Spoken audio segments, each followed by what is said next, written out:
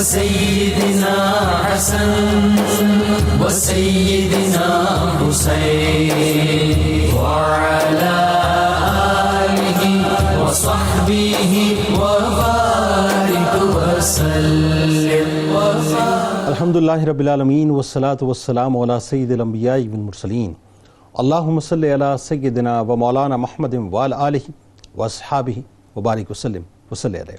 دنیا کے تمام دیکھنے والوں، تمام چاہنے والوں، تمام پیار کرنے والوں کو، اور جہاں جہاں تک اس وقت میری آواز کو سنا اور مجھے دیکھا جا رہا ہے، جنید اقبال کی جانب سے انتہائی محبت کے ساتھ السلام علیکم۔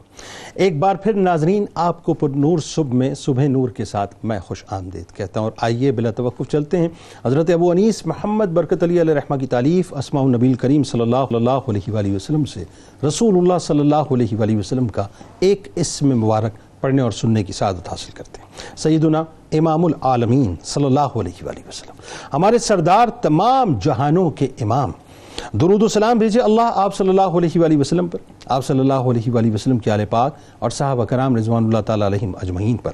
حضرت انس رضی اللہ تعالیٰ عنہ سے روایت ہے کہ معراج کی شب جب حضرت جبرائیل علیہ السلام تاجدار کائنات صلی اللہ علیہ وآلہ وسلم کو آسمانوں پر لے گئے تو حضور نبی کریم صلی اللہ علیہ وآلہ وسلم نے امامت فرمائی۔ جب نماز پوری ہو گئی تو حضرت جبرائیل علیہ السلام نے عرض کیا کہ یا رسول اللہ صلی اللہ علیہ وآلہ وسلم، کیا آپ کو معلوم ہے کہ آپ کے پیچھے کس نے نماز ادا فرمائی ہے؟ آپ صلی اللہ علیہ وآلہ وسلم نے فرمایا کہ اللہ خوب جانتا ہے۔ تو اس وقت حضرت جبرائیل علیہ السلام نے عرض کیا کہ یا رسول اللہ صلی اللہ علیہ وآلہ وسلم، تمام انبیاء کرام علیہم السلام نے آپ کے پیچھے نماز ادا فرمائی ہے۔ ناظرین کرام، آج جس پاک مطہر اور مقدس ہستی کا تذکرہ پاک ہے اور جن کے رجسٹر میں ہم انشاءاللہ ایک غلام کی حیثیت سے اپنا نام لکھوائیں گے، وہ یقیناً ناظرین شریعت کے اور طریقت کے ایک روشن آفتاب ہیں۔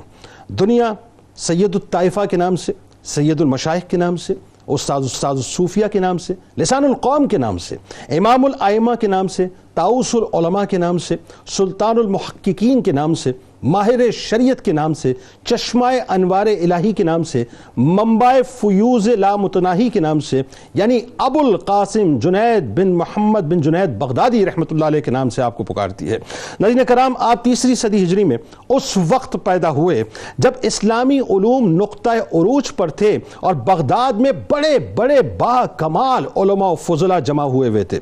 تعلیم و تربیت آپ کے ماموں حضرت شیخ سری سختی رحمۃ اللہ علیہ نے کی۔ حضرت شیخ سری سختی رحمۃ اللہ علیہ چاہتے تھے کہ آپ فقر و سلوک کی منازل طے کرنے سے پہلے ایک زبردست عالم دین اور فقیہ بنے۔ چنانچہ 20 سال کی عمر میں حضرت جنید بغدادی علیہ رحمہ ایک اچھے فقیہ بنے اور فتوے بھی لکھنے لگے، اور علوم دین میں تکمیل پانے کے بعد آپ نے زہد و عبادت میں رغبت حاصل کی اور اس کے ساتھ دنیا کے کاروبار میں بھی ساتھ ساتھ مصروف رہے۔ شیشے کا کاروبار ناظرین آپ کو ورثے میں ملا تھا اور اسی کو جو ہے آپ نے جاری و ساری رکھا۔ تیسری صدی ہجری میں ناظرین، جو کہ تصوف کی تدوین کی صدی کہلاتی ہے، اس پوری صدی کو حضرت جنید بغدادی علیہ رحمہ کی صدی اگر قرار دیا جائے تو مبالغہ نہ ہوگا۔ تیسری صدی ہجری میں علماء و فقہا، ادباء و شعراء، صوفیاء و عرفاء، اولیاء کے مرجع اور ان کے درمیان آفتاب روشن کی طرح حضرت جنید بغدادی علیہ رحمہ کی ذات گرامی ہی تھی، جس کی روشنی سے ہر ایک مستفید ہوتا چلا جا رہا تھا۔ آپ کی حیات اس پوری صدی کے اوپر محیط اور ذات بابرکت اہل صدی پر حاوی تھی ناظرین۔ اتنی پائے کی اور اتنی بڑی شخصیت کہ اس صدی کے اوائل میں ناظرین ولادت باسعادت ہوتی ہے اور اواخیر میں وصال باکمال ہوتا ہے۔ آپ ریاضت و مجاہدہ کرتے اور دنیا کے کاموں میں بھی ساتھ ساتھ مصروف رہا کرتے تھے، اور ان تمام حدود شریعت کو سامنے رکھ کر فرمایا کرتے تھے کہ تصوف قرآن و سنت کا ترجمان ہے۔ جو شخص قرآن و حدیث اور سنت سے واقف نہیں وہ پیروی کے لائق نہیں، یعنی عبادت کا یہ عالم کہ 20 برس تک آپ نے تکبیر اولا جو ہے وہ قضا نہیں ہونے دی۔ شیخ فرید الدین عطار رحمۃ اللہ علیہ حضرت جنید بغدادی رحمۃ اللہ علیہ کو خراج عقیدت پیش کرتے ہوئے فرماتے ہیں کہ حضرت جنید بغدادی علیہ رحمہ اہل تصوف کے پیشوا تھے۔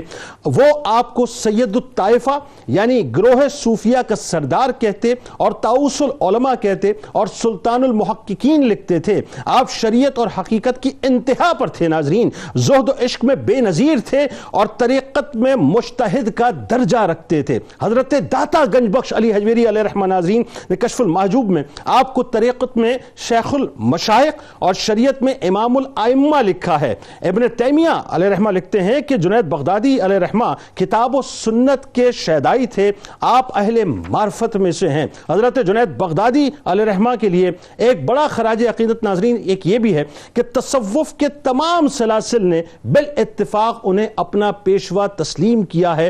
ہر عہد کے صوفیہ اپنا انتساب انہی کی طرف کرتے رہے ہیں. شاہ ولی اللہ محدث دہلوی علیہ رحمہ نے لکھا ہے کہ تصوف کے تمام سلاسل اپنے اوراد میں تو بہم مختلف ہیں لیکن اپنے نسب میں سب کے سب حضرت جنید بغدادی علیہ رحمہ پر متفق ہیں. یہ آپ کی ذات باری کے حوالے سے ناظرین خراج عقیدت ہے کہ تصوف کے تمام سلاسل جا کر جو ہے وہ بالکل آپ کی عقیدت کے اندر جو ہے جھکے ہوئے نظر آتے ہیں. حضرت علی حجویری داتا گنج بخش علی حجویری علیہ رحمہ نے جن 10 سلسلوں کو حق پر قائم قرار دیا ہے ان میں سے ایک سلسلہ جنیدیہ بھی ہے جس کے بارے میں آپ عقیدت کا بہت اظہار کرتے ہیں اور آپ فرماتے ہیں کہ صوفی وہ ہے, یعنی آخر کی بات عرض کر رہا ہوں ناظرین کہ صوفی وہ ہے جو اپنے, یہ جملہ جو ہے ناظرین بنیادی طور پر حضرت جنید بغدادی علیہ رحمہ کا ہے کہ صوفی وہ ہے جو ابراہیم سے خلیل ہونے کا درس لے, حضرت اسماعیل علیہ السلام سے تسلیم کا درس لے, حضرت داؤد علیہ السلام سے غم کا درس لے, حضرت ایوب علیہ السلام سے صبر کا درس لے, حضرت موسیٰ علیہ السلام سے شوق کا درس لے اور حضور نبی کریم صلی اللہ علیہ وآلہ وسلم سے اخلاص کا درس لے.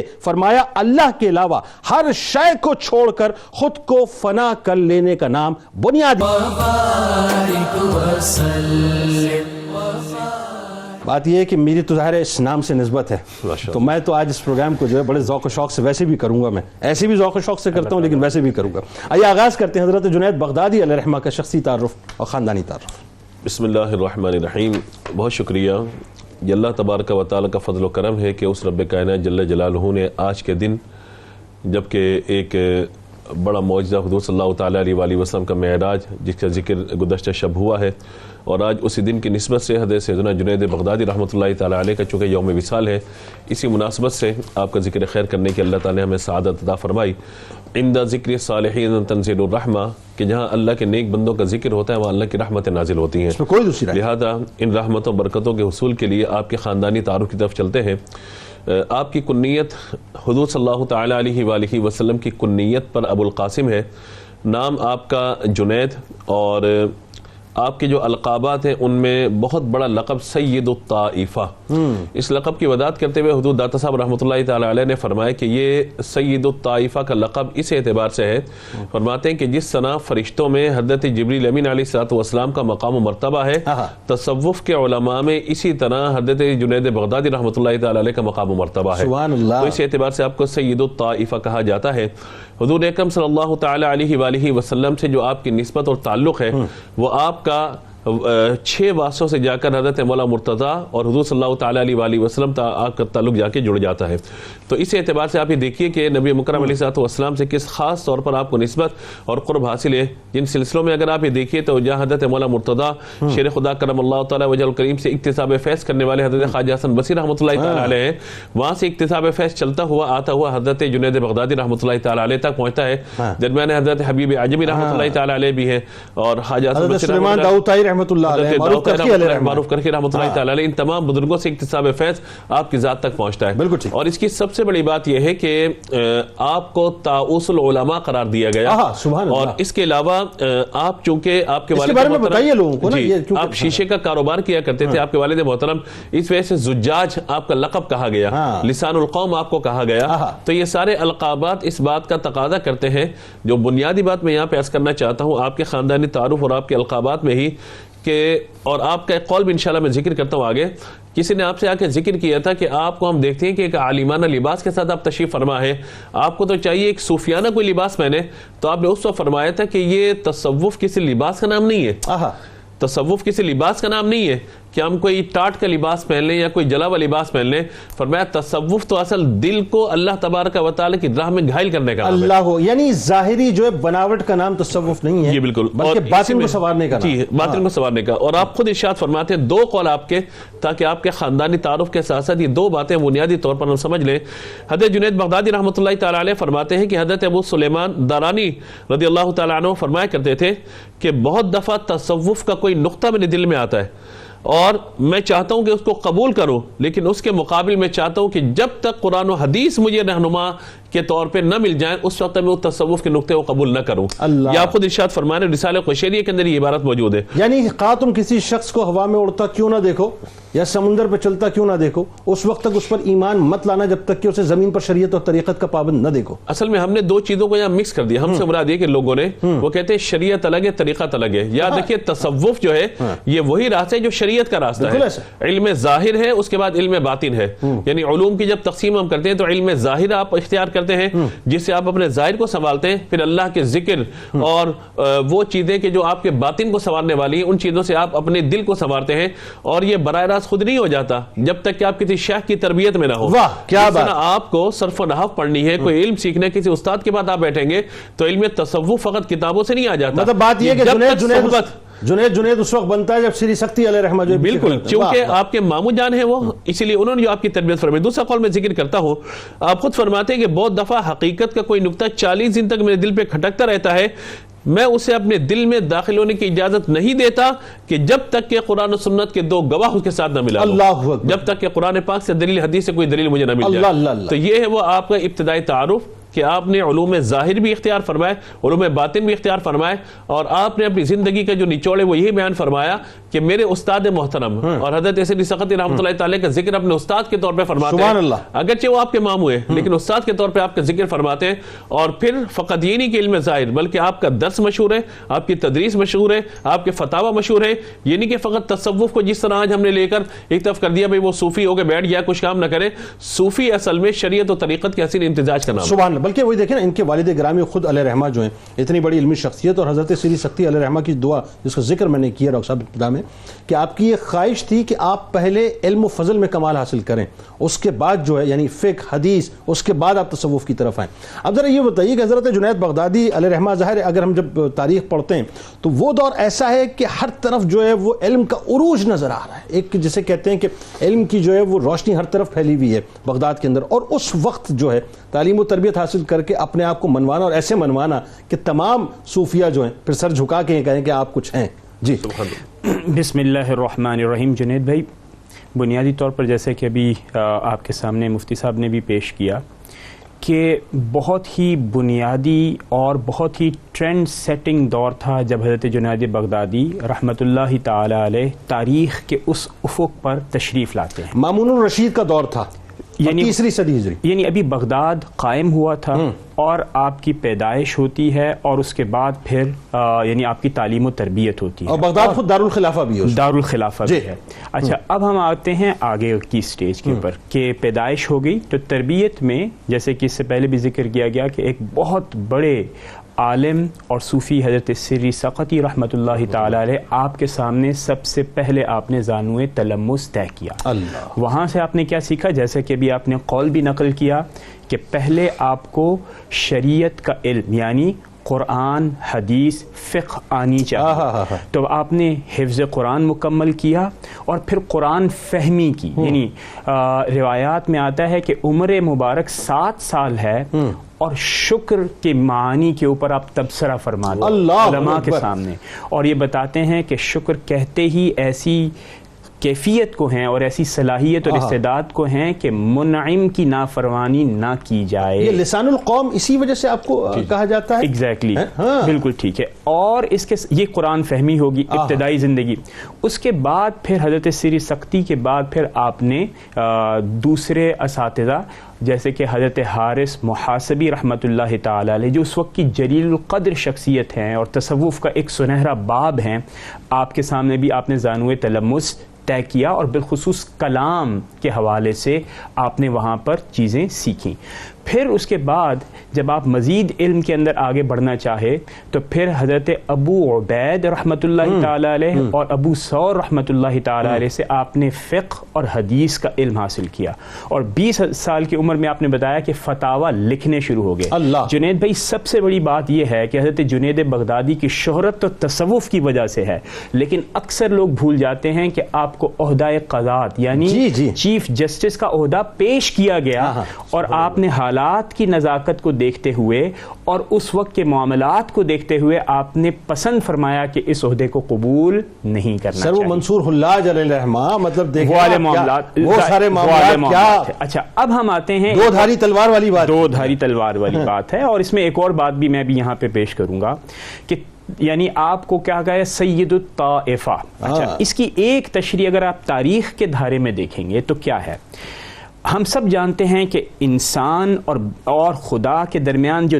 دوری ہے، ٹھیک ہے، انبیاء کے بعد جب اس کی کوششیں کی گئیں تو ہمارے سامنے پہلا مکتبہ آتا ہے بصرہ کا، حضرت حسن بصری، حضرت رابعہ بصری وہاں پر موجود ہے۔ جب وہاں سے وہ سلسلہ چلتا ہوا بغداد میں آتا ہے تو بغداد میں یہاں پر موجود ہیں حضرت محاسبی اور حضرت سری سقطی، لیکن حضرت جنید بغدادی رحمۃ اللہ تعالی علیہ نے اس زمانے میں جب تصوف یعنی اللہ رب العزت اور انسان کے تعلق کو جب عشق کہا جاتا تھا، جب اس کی دوریوں کو کم کرنے کی باتیں کی جاتی تھیں تو فتاویٰ جاتے تھے، اسٹیٹ لیول کے اوپر جا کر کمپلینز ہوتی تھیں، اور اس کے بعد ان کی سزاؤں کا اہتمام کی، یعنی یہ وہ دور ہے، یعنی آپ اللہ رب العزت سے محبت، اس کا قرب اور اس حوالے سے گفتگو نہیں کرتے تھے۔ اس لیے کہا جاتا ہے کہ مکتبہ بغداد کی خصوصیت یہ ہے کہ وہاں پر اشارات یعنی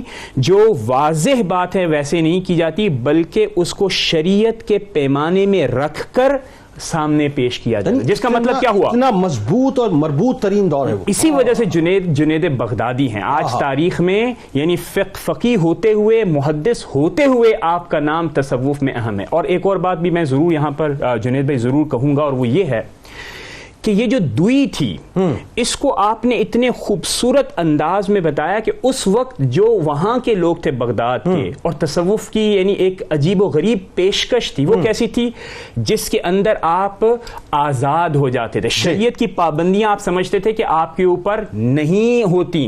حضرت جنید بغدادی رحمۃ اللہ تعالی علیہ نے فرمایا کہ ان کو ہم منضبط کریں گے، معیار ہر شے کا قرآن و حدیث ہوگا، اس سے باہر کوئی نہیں ہوگا۔ اس لیے ہم یہ کہہ سکتے ہیں کہ تصوف کو اگر کسی نے صحیح معنوں میں ڈسپلن کیا ہے اور قرآن و حدیث کے پیرائے میں لائے ہیں تو وہ جنید بغدادی۔ بلکہ اس میں ایک جملے کا اور اضافہ فرما لیجئے، بلکہ آپ اس پہ تھوڑا سا مہر بھی ثبت کر دیجیے گا اگر میں غلط نہیں کہہ رہا، کہ اس سے پہلے تو صوفیہ کا طریقہ یہ رہا کہ وہ اسفار کیا کرتے تھے، وہ جو ہے وہ اپنا مختلف ملکوں میں جایا کرتے تھے۔ یہ پہلی شخصیتیں حضرت جنید بغدادی علیہ رحمہ کے جنہوں نے باقاعدہ خانقاہی نظام کی بنیاد رکھی کہ کسی جگہ بیٹھ کے صوفی کو کام کرنا چاہیے۔ دیکھیے بنیادی طور پہ اس میں یعنی آپ یہ دیکھ سکتے ہیں کہ حضرت جنید بغدادی کا مزاج بھی تھا، ان کی تعلیم و تربیت بھی تھی، اور پھر جس مقام پر وہ موجود تھے آپ مجھے بتائیں وہاں پر تو لوگ چل کر آتے تھے، یعنی بغداد چونکہ کلچرل، ریلیجیس، انٹلیکچوئل سینٹر تھا جہاں پر ڈیبیٹس ہوتی تھیں، تو آپ مجھے بتائیں کہ مرکز سے نکل کر آپ کہاں جائیں گے؟ علماء، ادباء، فقہاء، سب شعراء، ہر طبقہ ہے فکر، یعنی اسلام کی تہذیب کا جو عروج آپ کو نظر آتا ہے علم میں کلام اور اس کے ساتھ ساتھ فلسفہ، تاریخ، وہ کب نظر آتا ہے؟ وہ اسی دور میں نظر آتا ہے۔ اچھا پھر ایک اور بات ہے نا، آپ دیکھیں اس میں علامہ صاحب آپ کی طرف آتے ہیں کہ 6 واسطوں سے آپ کا شجرہ طریقت جو ہے سرکار مدینہ صلی اللہ علیہ وآلہ وسلم سے جا کے ملتا ہے، تو ظاہر ہے وہ جو پرتاؤ ہے وہ آپ کو کتنا حسین پرتاؤ جو ہے وہ ملا، اور پھر جس انداز سے آپ نے بنت کیا۔ اب اس میں بھی بتائیے کہ ایک تو میں نے جیسا کہ کہا نا کہ ہر جنید کے پیچھے ایک سری سختی علیہ رحمہ کا ہونا ضروری ہے، تو میں تو یہ جانتا ہوں کہ وہ جو عقیدت اور محبت ہے اپنے ماموں کے ساتھ، مطلب ایز ماموں تو بعد میں ہے نا، وہ جو ایک واقعہ ہے کہ جی زکوٰۃ لے کے جب آپ گئے دروازے پہ تو وہ جو جملے ہیں ان جملوں کے بعد آپ نے کیا فرمایا کہ زکوٰۃ تو وصول کریں گے لیکن پہلے تو ہم تمہیں قبول کریں گے۔ ذرا آغاز کیجئے نا، کیا محبت کا عالم ہے۔ بسم اللہ الرحمن الرحیم۔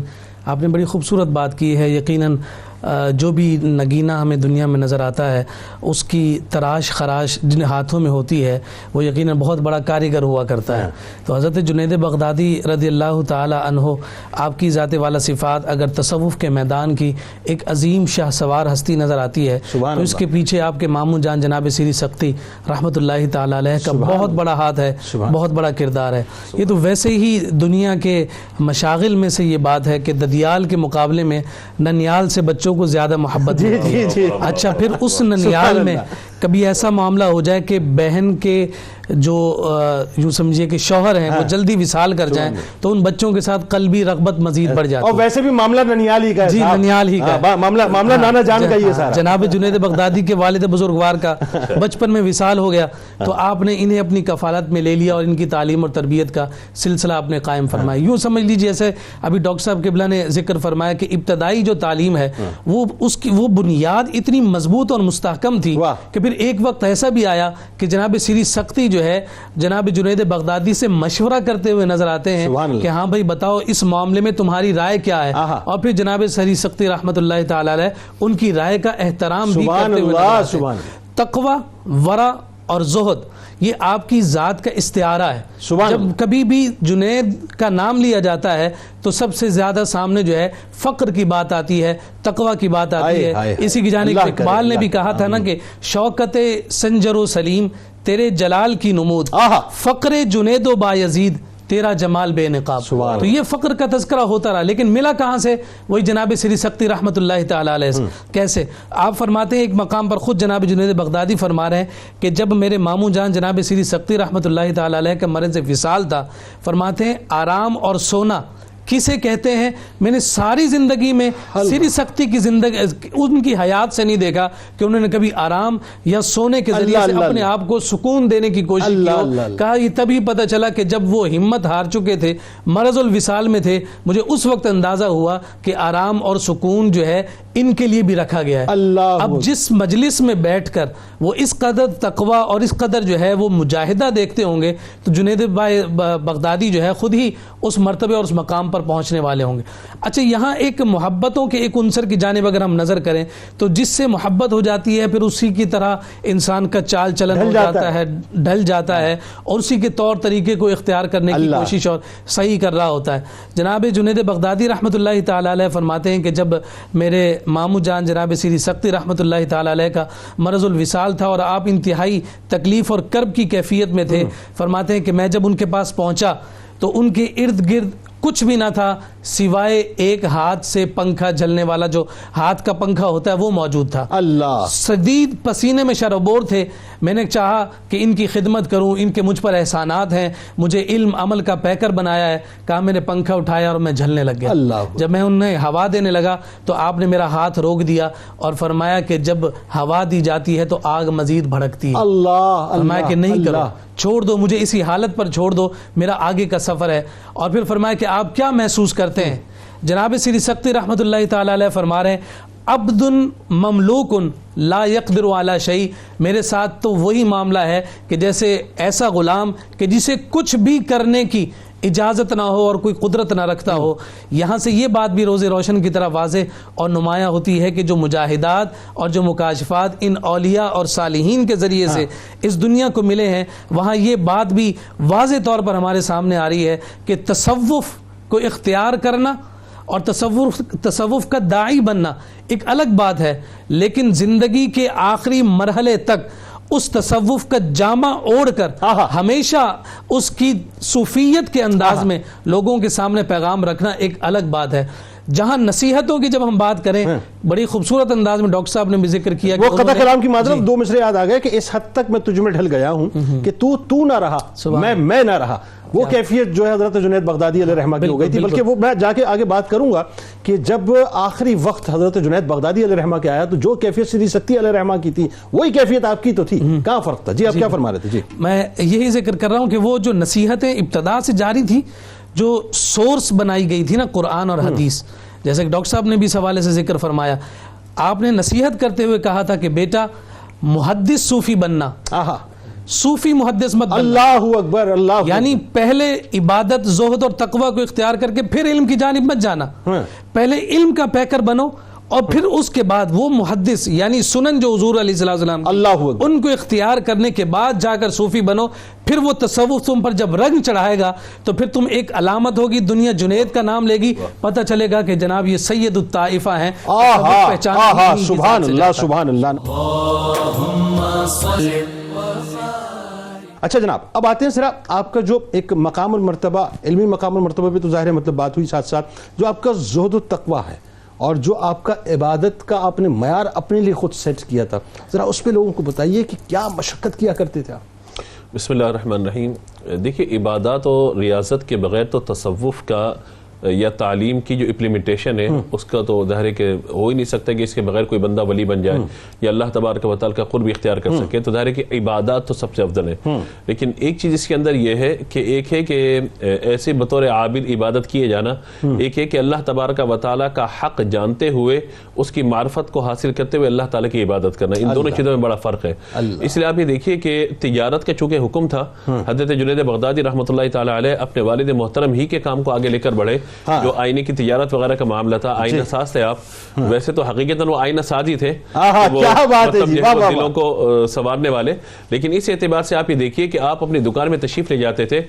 آپ نے ایک مرتبہ اپنے مریدین سے ارشاد فرمایا تھا، بتاؤ اس شخص کے بارے میں تم کیا کہتے ہو کہ جو اپنے کاروبار کو بھی وقت دیتا ہے اور روزانہ 400 رکعت نوافل بھی اپنی دکان پر ادا کرتا ہے. اللہ اللہ، پردہ ڈال دیا کرتے تھے. لوگوں نے کہا کہ بڑی بات ہے، لیکن بعد میں پھر لوگوں کو انکشاف ہوا یہ حضرت تو اپنے لیے ارشاد فرما رہے ہیں. تو یہ آپ اندازہ لگائیے کہ اپنا کاروبار بھی چلانا اور وہاں پہ 400 رکعت نماز نوافل ادا کرنا، یہ کاروبار کے دوران ہی. یعنی ہمارے یہاں تو یہ ہے کہ وہ کسٹمر کا انتظار کیا جا رہا ہے اور نہیں آ رہا تو پھر وہ اب تو ہمارے پاس موبائل فون تو پھر دیگر چیزیں ہمارے ساتھ آ گئی. لیکن آپ یہ دیکھیے کہ وہاں پہ آپ پردہ ڈال دیا کرتے تھے اور آتے ساتھ اللہ تعالیٰ کی عبادت میں مصروف ہو جاتے تھے، کیونکہ رازق وہی ہے، روزی اسی نے دینی ہے.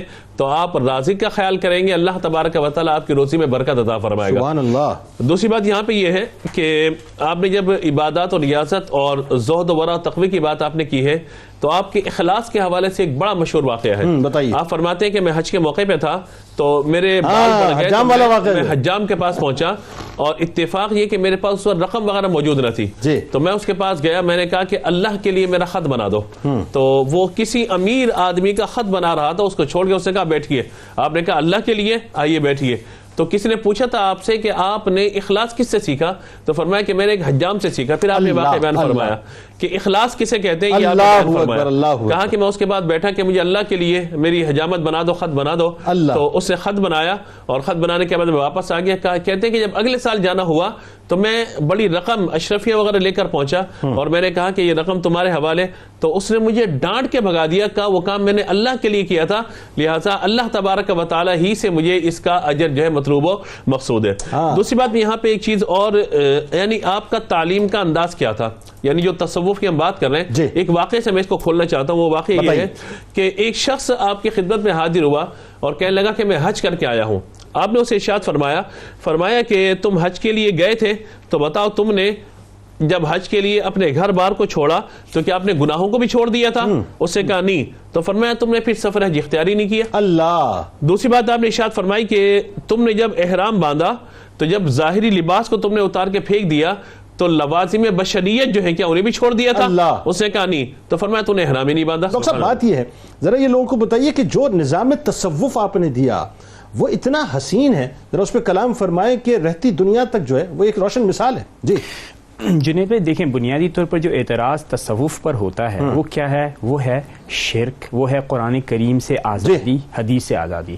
آپ نے جو تصوف یعنی کہ جو نظام وضع فرمایا، جس کو منضبط فرمایا، وہ قرآن کریم کی ایک آیت مبارکہ پر ہی غور و خوض ہے. اور وہ کیا ہے؟ وہ ہے وہ الست بربکم قالوا بلی. اللہ. اب اس آیت مبارکہ سے جو نظریہ میثاق ہے، حضرت جنید فرماتے ہیں کہ انسان تو خدا کو جانتا ہے، اس کی معرفت حاصل کرتا ہے اس حال میں کہ وہ اپنے آپ کو نہیں جان رہا ہوتا اس الست بربکم والے معاملے کے اعتبار سے. تو اس کا مطلب یہ ہے کہ خدا کو جاننا تو اس کی ایسنس میں ہے حتیٰ کہ وہ اپنے آپ کو نہ جانتا ہو. اب اس کے ساتھ جو دوسری بات ہے جس کو حضرت جنید ملاتے ہیں وہ کیا ہے؟ وہ ہے مقام فنا. اچھا، اب فنا کے حوالے سے بھی بہت لوگ گفتگو فرماتے ہیں. حضرت جنید فرماتے ہیں کہ اس کا مطلب یہ ہوا کہ خدا کو آپ پہچان سکتے ہیں اور طریقہ کار کیا ہوگا؟ وہ ہوگا فنا. فنا کا مطلب کیا ہوا کہ آپ کو آپ کی جو ہونا ہے، یعنی آپ کی خواہشات، آپ کی ایگو، آپ کے معاملات، آپ کی جاہ و جشم، شہرت، جاہ و حشم، شہرت، یہ تمام چیزیں آپ کو خدا کے درمیان حائل ہو جاتی ہیں. حضرت جنید فرماتے ہیں کہ اپنی ریاضت سے، اپنی مجاہدے سے، اپنی کثرت عبادت سے اپنے ہونے کو مٹا دو. اللہ جب فنا کا مقام آتا ہے تو کئی صوفیاء کے ہاں اس کی کچھ آگے کی منازل ہیں، لیکن حضرت جنید کا جو مکتب ہے، جو کہ مکتبہ جنیدیہ کہلاتا ہے، جس کے حوالے سے حضرت داتا صاحب کے حوالے سے بھی آپ نے فرمایا، آپ آگے گئے اور آپ نے فرمایا اس کو کہتے ہیں نظریہ صحب. یعنی کیا ہے؟ جب آپ مقام فنا پر آ گئے، یعنی آپ نے اپنے ہونے کو مٹا دیا اور خدا کی معرفت حاصل کر دی، اب آپ شریعت سے آزاد نہیں ہوئے اور نہ آپ اپنے معاشرے اور ریاست سے آزاد ہو گئے. اب آپ نے خدا کے لوگوں کے ساتھ خوب منفعت ان کو بخشنی ہے. کیسے؟ کیونکہ اللہ رب العزت کی جو مخلوق ہے یہ اللہ رب العزت کی عیال ہے.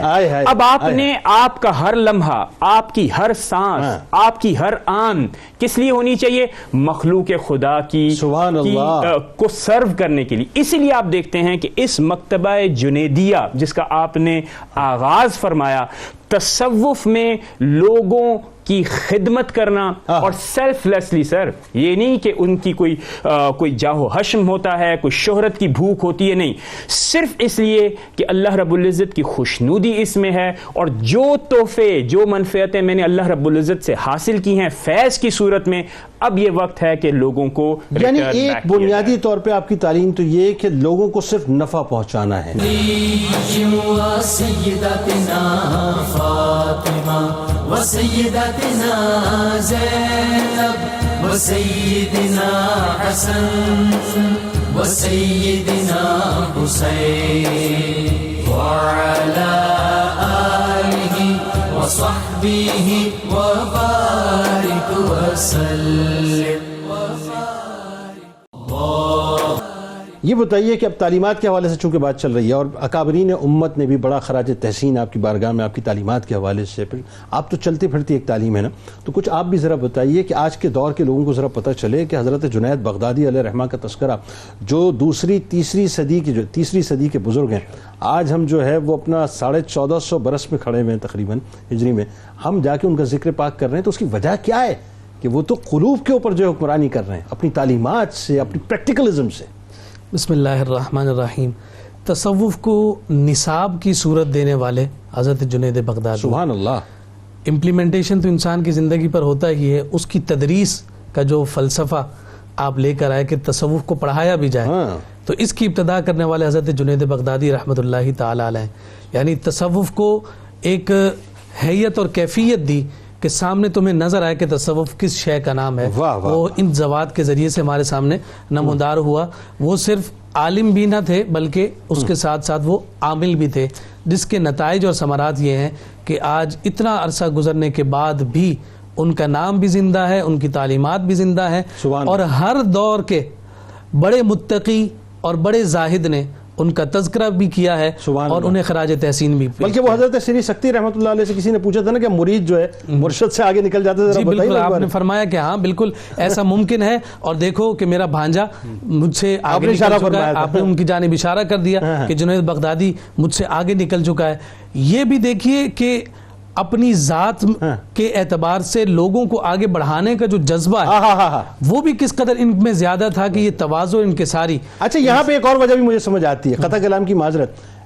یہاں چونکہ ماما میں جو ہے نا 2 مرتبہ ماں ہوتا ہے نا، تو وہ حضرت سری سکتی علیہ رحمہ میں چونکہ 2 مرتبہ ماں تھا، ماں، تو وہ محبت بھی ساتھ ساتھ نظر آتی ہے. جی بالکل بالکل، لیکن وہ محبت کوئی غیر ضروری نہیں تھی.